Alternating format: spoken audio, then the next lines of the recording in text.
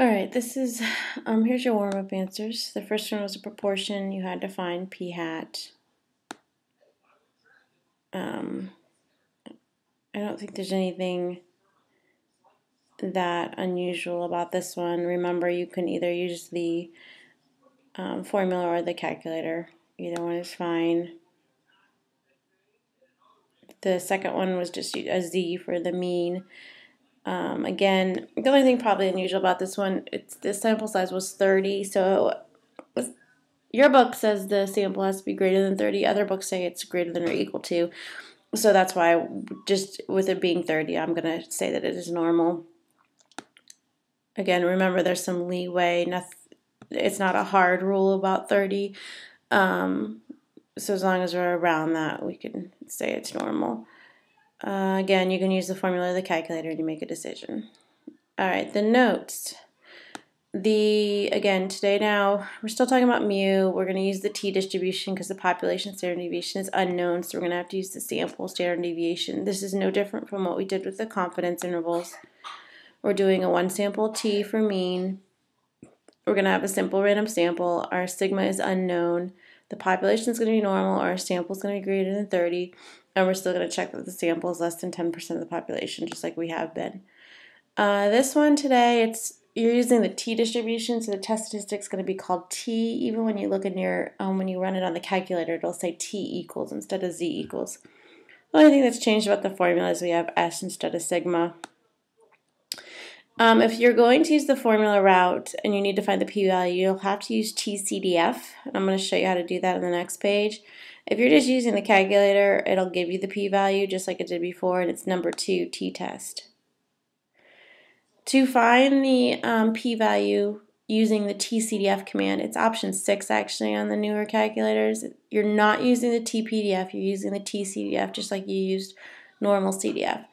It would be TCDF, left bound or lower bound, and then upper bound or right bound, comma the degrees of freedom.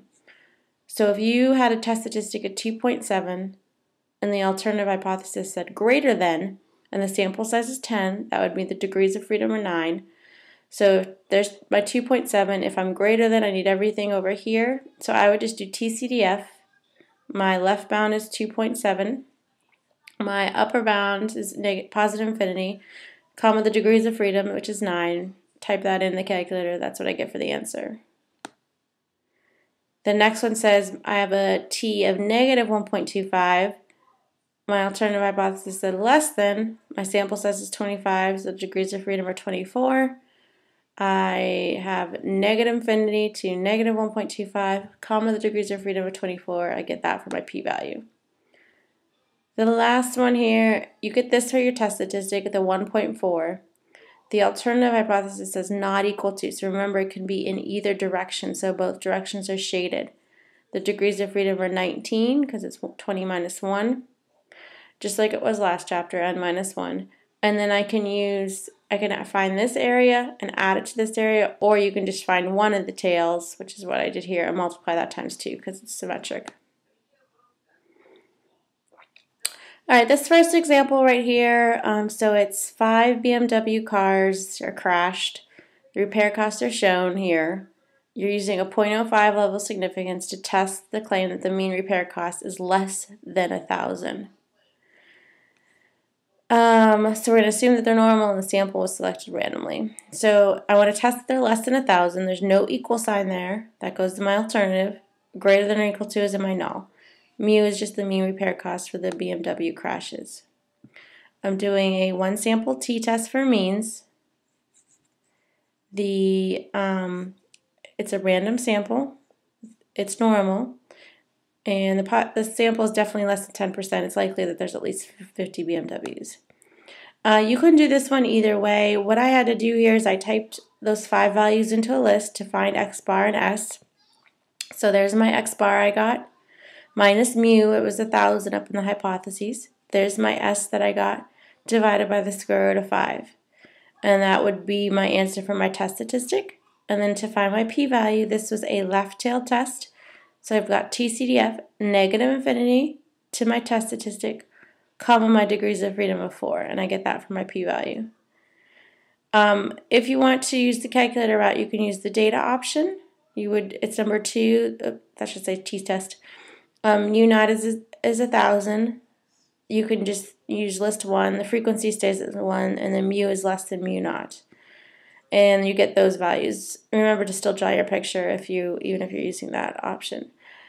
If you don't use the data option and you use the stat option, as long as you run that 1-bar stat first, it'll populate those values into 1-bar stat. And then no different from previously. So there's a 0.07 chance of getting a sample value of 767.4 if the true mean were 1,000. So I failed to reject at the 0.05 level. There is not enough evidence to support the mean repair costs are less than 1,000.